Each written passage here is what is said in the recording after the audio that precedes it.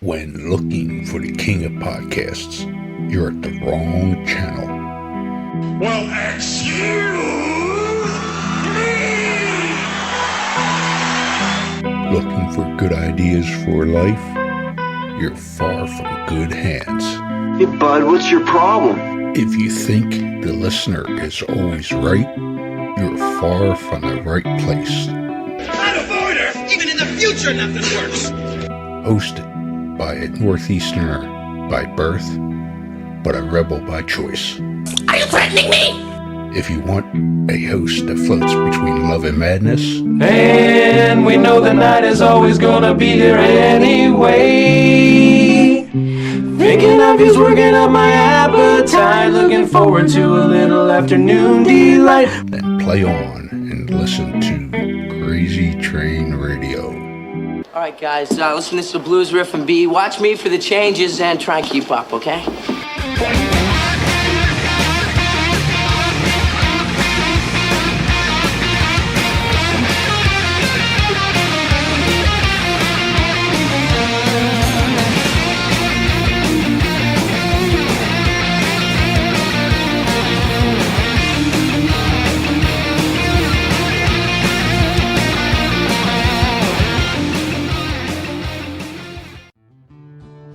Warning, creators of this game do understand the subject matter may be offensive to some, but they do honor the families and people that have been affected by these real-life tragedies that these individuals have caused.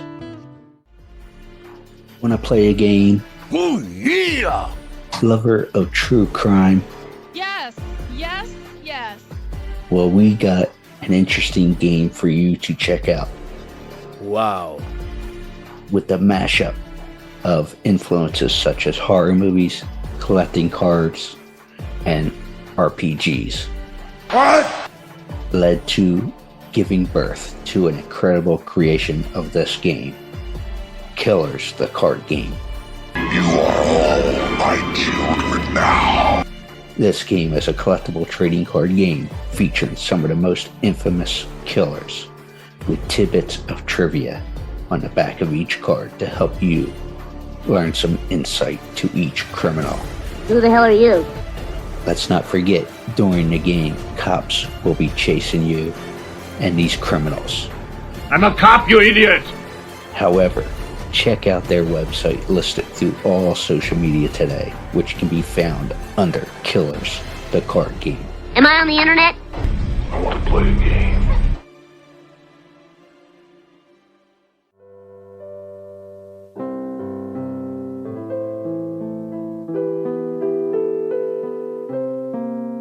Hey y'all, I'm Janelle Arthur, and you're listening to Crazy Train Radio.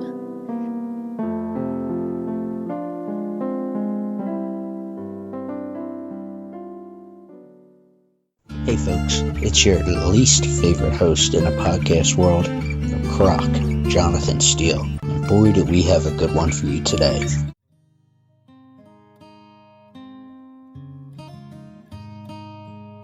Ladies and gentlemen, boys and girls, children of all ages, this next guest is this is her second appearance on here. And a lot has changed for her since she's been on. She is currently a Black Sheep recording artist, and the new single we're going to touch on is One Night on Earth, featuring the Isaacs. Please welcome Janell Arthur. Janelle, how are you doing this morning? Hello, I'm doing great. How are you doing? Like I said, life has changed a lot since we last spoke. And probably the biggest change on a personal note was the birth of your daughter. So Yes. how old is she now? She is going to be 11 months on the 16th.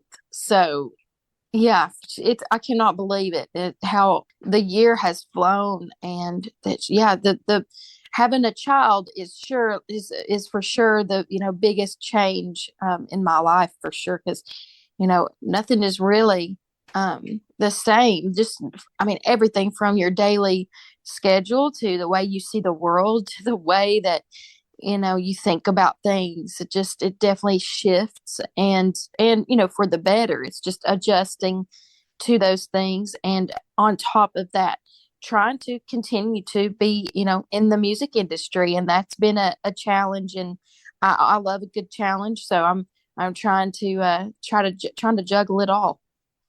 Well, each kid is different, but how would you describe your daughter at this stage right now? Oh my goodness. Um, she is she's it's unbelievable. I never knew if she would, if I had a child at all, if I didn't know if they would be musical or seem to be to love music like I did. But when I was a baby, my mom wrote in my baby book, all babies love music, but there's something different. She knew that there was an extra amount of love that I had for music. And I mean, I never would have thought it, but she seems to have a lot of that. That's one thing I've noticed is, and everyone's noticed, is her love for music and to immediately dance and sing. So yeah, I mean, that's kind of what is going on right now with her. She just loves people. She's very friendly. She will let almost anyone hold her. Um, she's been a pretty good sleeper, other than when going through the teething and everything. But she's just a very very sweet baby, and yeah, I mean, it's just been so much fun seeing her love for the same thing that I love as well. Um, yeah, it's pretty awesome. Well, I do want to reference to folks to check out if they have an opportunity because it's a good read into Janelle's personal story. She did a story with People Magazine, and she talks about her struggles with a miscarriage, but then also the at that point the pregnancy with her daughter that we're talking about now. So it Yes. was I would say it's ironic because I was just flipping through the channels the other day, and they was I think it was Tamron Hall or one of those daytime talk shows talking about menopause, and not that it's the same thing, obviously, folks, miscarriage and menopause, Right, but right. but I found it interesting because for the minute or two I did watch that show, miscarriages, menopause, things like that, and then we'll go back to positive stuff, folks, is that it's stuff that's not talked about on the mainstream as much as Right. other health stuff that goes on. So Yeah. I think it's interesting for people to listen to these conversations or read these articles such as Janelle's story. It's for people to learn and be able to have these conversations more and more. True. I mean, yeah, it's something that I think you can only understand if you fully understand if you've been through it. And it was a very difficult time, and for sure I the first person I reached out to, um, you know, outside of my mother, my immediate family, would have been, a friend that had gone through the same thing, because you immediately are, saying, do you think this is what's happening? It's just very, very difficult to experience that type of loss when you have so much love in your heart, um, for something and someone. So yeah, but it was such a blessing. Everything was definitely crazy with the, having the miscarriage. And then just a few months later, I got pregnant with my now daughter. And it was very, very, it was so interesting how everything played out that year with, I got pregnant while I was about to release my song with Dolly Parton called Hand Me Downs. Yes. And that song literally says, if I ever have a daughter of my own. and I didn't know if I was going to have a daughter or a son. I didn't know. I didn't know the gender. So, we end up making this music video. We think, well, we should probably do a pregnancy reveal. And then I find out after the video that I was indeed, having a little girl, a daughter. And then after we had shot the video of my duet with Dolly Parton, I find out that she is due.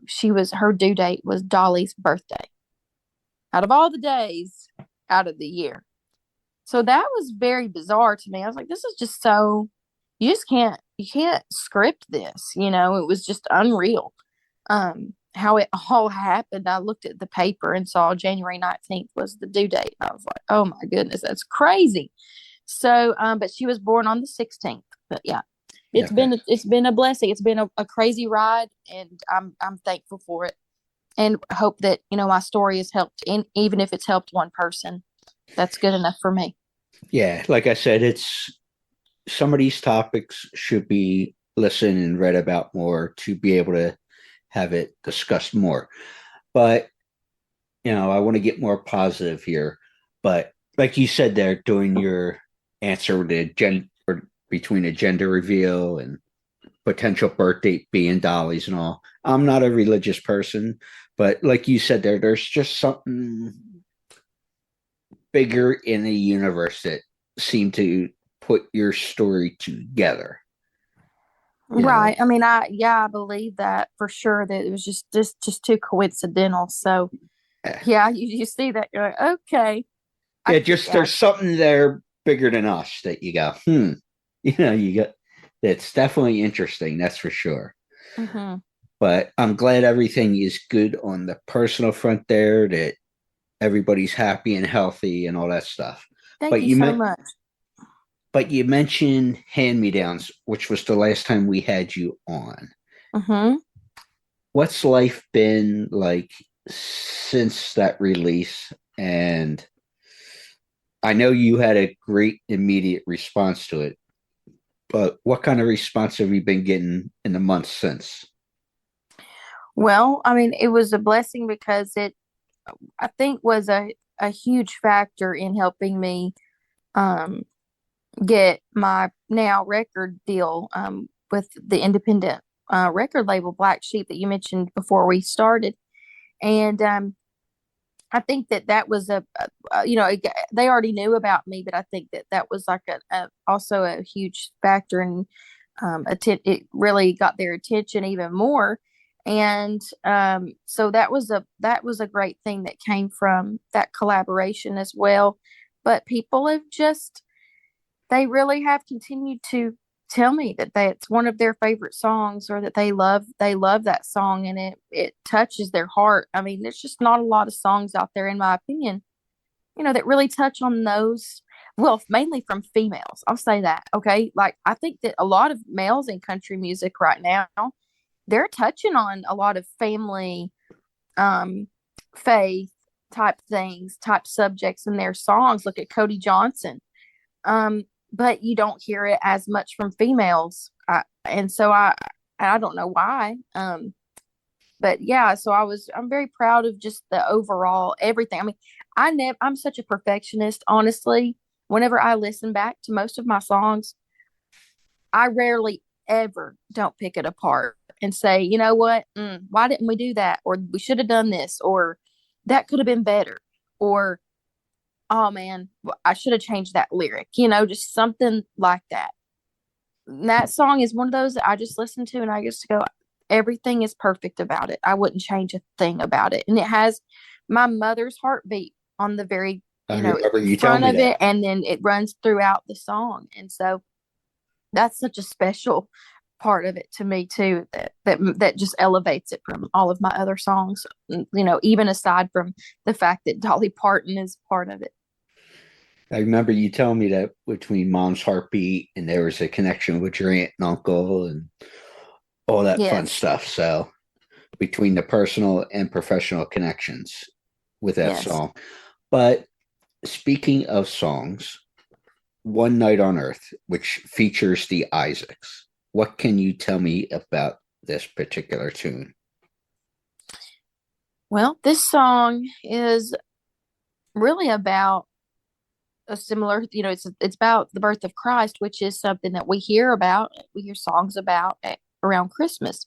But what stood out to me when we wrote this song was that I'd never really thought about it like this in this way. Is everything changed in one night. It's just there was darkness and then there was light, and it just was three believers. That's what we believe. We don't push it on anybody. That's just we happened to get in a room together, and we three are believers, and we talked about how we were really confused, really frustrated, really anxious about the pandemic, and we didn't know what was going on, not only in the world but in our like in our industry. So we didn't really know what to write about, because it's almost like, why are we writing songs if we don't even know if they're ever going to be heard ever again, or they're ever going to be released, or like the world's just literally going to crash and burn, and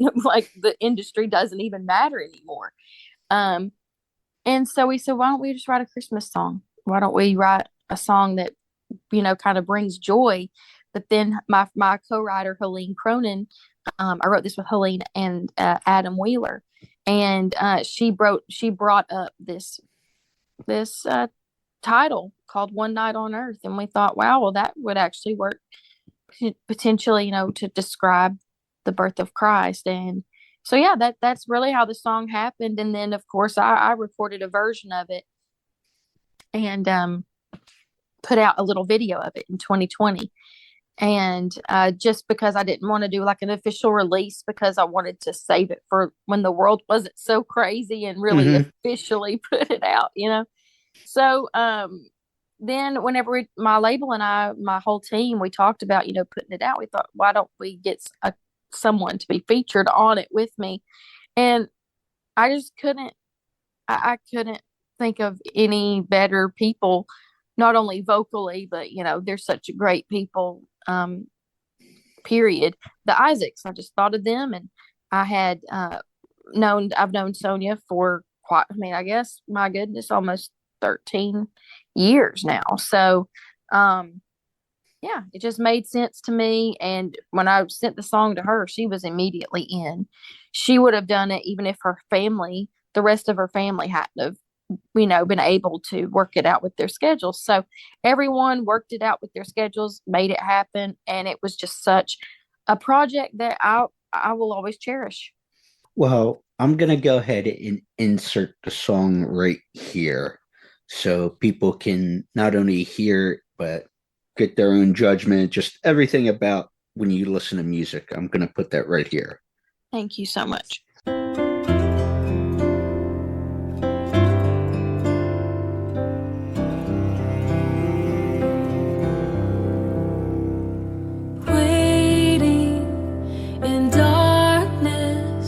Creation holds its breath, anticipating a promise, wondering what's next. Jesus, Messiah, born while the whole world slept. One night on earth, heaven came down, laid in a manger, a king with no crown, who traded his throne, became one of us, one light in a place that needed his love, where there was no hope, no peace, no way, but that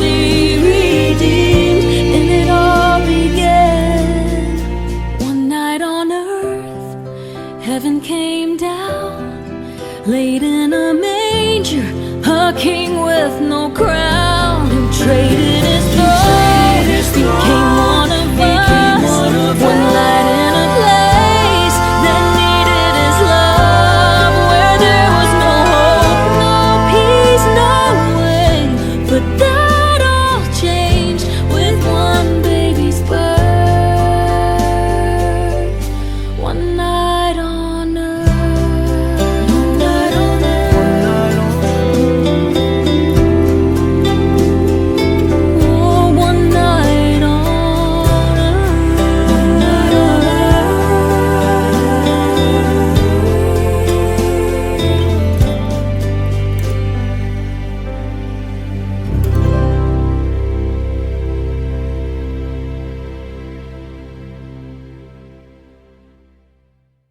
So, coming out of One Night on Earth, like I said, Janelle Arthur is here, and the song features the Isaacs. And two things with that, and you were talking about it before we played the song. And whenever you feature somebody in songs, and I don't care what kind of music it is, there has to be that right. I'm a gut feeling person. Mm-hmm. And they're taping this over Zoom, and it seems like if you have that right thing, I'm sure Janelle could see this. You have a good song, but you find the right people to feature, it goes to here. You know what I mean? Yes. It steps it up Yes. that level. So, but you mentioned as far as during the writing process of this song, as far as somebody brought the title and all that fun stuff. When you're writing music yourself or with other people, I guess this is a two-parter. Are you you need the actual music first, or do you work on lyrics, then build the music around the lyrics of the song and story you're trying to tell? I always write lyrics and melody at the same time, and the melody typically determines the music. You know, of course, there will be additional things that incredible musicians, once you get in the studio, they'll add these signature licks, or they might have a chord suggestion that is different. But I typically write everything at the same time. You know, so like say that we're writing, we wouldn't say, okay, let's do Waiting in Darkness, and we'd say, okay, well, it'd be kind of cool to do, and we'd play a chord, and we'd be like, waiting in darkness, you know what I'm saying? And it's you just kind of play at the same time as you I think also, if I'm going to do anything first, it would be music or like melody. Sometimes I will come up with melodies, but I typically am always thinking of what does this melody call for lyrically? You know, what is it? Is it a breakup song? Is it a happy song? Is it, you know, a song, you know, even like One Night on Earth? Is it something that's going to be more spiritual or something like that? So, yeah, that's my writing process. I always write everything at the same time, like lyrics to my melodies. And that way you don't get to where you have too many words for your music. Like you'll have to like rearrange all your words. I think some people they get stuck with that sometimes if they write lyrics first.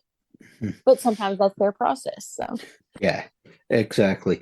And I know I brought this up in a previous conversation, and thank you for the time. But you were part of a faith-based film, Running From My Roots, which you also had several songs on the soundtrack. yes. And the title track was produced by Dina Carter, who I had just recently reached out to, but I know she is on tour currently with a friend of the show, Phil Vassar. So hopefully it'll probably be after the holidays before I hear back from Dina and such, which is cool. Yeah. Positive vibes there. But do Absolutely. you still keep in touch with Dina? I sure do. Yeah, Dina is one of those people that I met her when I was on American Idol, and I really freaked out because I was a huge fan. You know, I've always been a huge fan, but I'm saying when I was a kid, I saw her in concert. I had her t-shirt. I just always really, really loved her music. I remember being in my bedroom and just dancing to her music and singing harmony with her songs and stuff like that. So when she and I met, it was just like, she's that type of person though. She makes everyone feel this way. It wasn't just me, but she makes you feel like she's known you like you've known her your whole life. Like that's just the vibe that you get from her. She is just such a warm and fun and free spirited person. I mean, that's the way I can explain her. And so we really clicked and we had a great time because we were on this movie set together even after we had met on American Idol set. And she's just incredible. And we've definitely kept in touch. I sang backgrounds for her last year at CMA Fest and at the Ryman Auditorium. That was awesome. I was like almost 9 months pregnant when I sang backgrounds for her at the Ryman. That was really fun. And then I guess it was this year I sang with her for CMA Fest, and last year was the Ryman. So that was really fun. Just getting to just be a fan, just like sit on the stage with her, stand on the stage with her and sing and be a true fan as I'm getting to be a part of the experience. It was just really cool. Yeah, it's just funny. You get to pinch yourself with these experiences. And the reason I brought it up is because I talk to Phil often, and this ain't about me, but he goes, you would just love Dina. And because we were talking about her since he was getting ready to go on the road with her for this Christmas tour. So, but hopefully, things will work out there. I'll put in a good word for you too. Thank you. Yeah, she, there's a lot of respect for what she's done. But speaking of legendary venues, and I'll end with this because obviously you got stuff going on. You've performed or been a feature performer at the Grand Ole Opry over 25 times, but you were there for the celebration of Barbara Mandrell for her 50th anniversary, which is just amazing. But is there a particular venue, whether it's the Ryman or the Grand Ole Opry, that really hits home for you? Because when you talk about these venues, it's just they're iconic. They're like churches, I guess you would say, within the music world.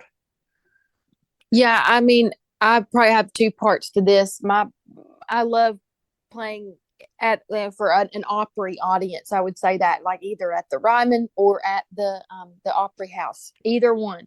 It's just a very warm crowd.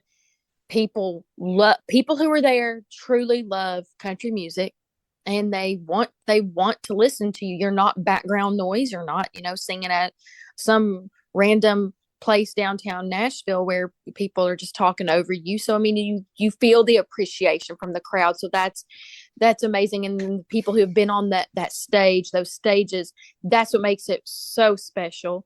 And of course, the musicians, the Opry band, I mean, the people that are playing for you, I mean, they're just the best of the best. But it's anytime that I'm back performing, I've performed back at Dollywood a few times since I have been, doing this and since I've been on American Idol. To be back like on this celebrity theater stage, that was where I got my start performing as Little Dolly in the show Paradise Road, about her life. And so anytime that I'm like back on that stage, that's when it really hits home that, I would have never imagined that I'd be, I probably did imagine it because the sky was the limit in my eyes, when I was a kid. And I probably always wanted to be able to do enough to kind of be back on that stage doing my own thing as Janelle Arthur, And so, because I was, every day I was portraying Dolly, and Dolly just influenced me so much. I didn't even realize how much she had influenced me until probably I was in my early 20s. But she really, really influenced me in so many different ways.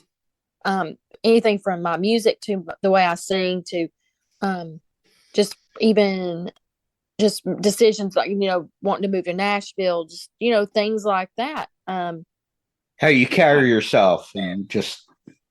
Yeah, I think it's weird. I mean, it's like people will say you remind me a lot of Dolly. I'm thinking, my goodness, I didn't even realize how much that she and I, have similarities. So. But yeah, it's amazing how it comes full circle, because I remember you telling the story about working at Dollywood as a kid and that show and such. So I was glad you brought that up. But the new song is One Night on Earth featuring the Isaacs. You heard it here, but go to all her social media, YouTube, website, all that fun stuff to be able to look up obtaining it. Janelle, thank you so much. Have a good rest of the holiday season. Thank you so much. You too. Much love to you and the rest of the family. And happy things are going well for you. Thank you so much. I really appreciate you having me once again. Let's do this more. And I'm going to tell Dina she needs to hook up with you. Okay. Thank you so much. Have a good rest of your day.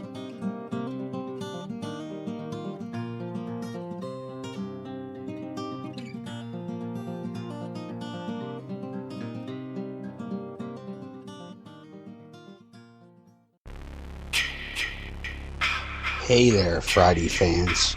We know how much you enjoy the movies. Enjoy grabbing your Friday merchandise and interacting with the Friday family, whether it be at conventions or during our particular watch-alongs. Well, when you're looking to get yourself masks, why not check out our friends over at Camp Blood Customs out of New York State and order your specific custom mask from any of the films. All orders are made specifically. Your needs and wants are. Make sure you find Camp Blood Customs on Facebook, Instagram, and all over social media and order yours today.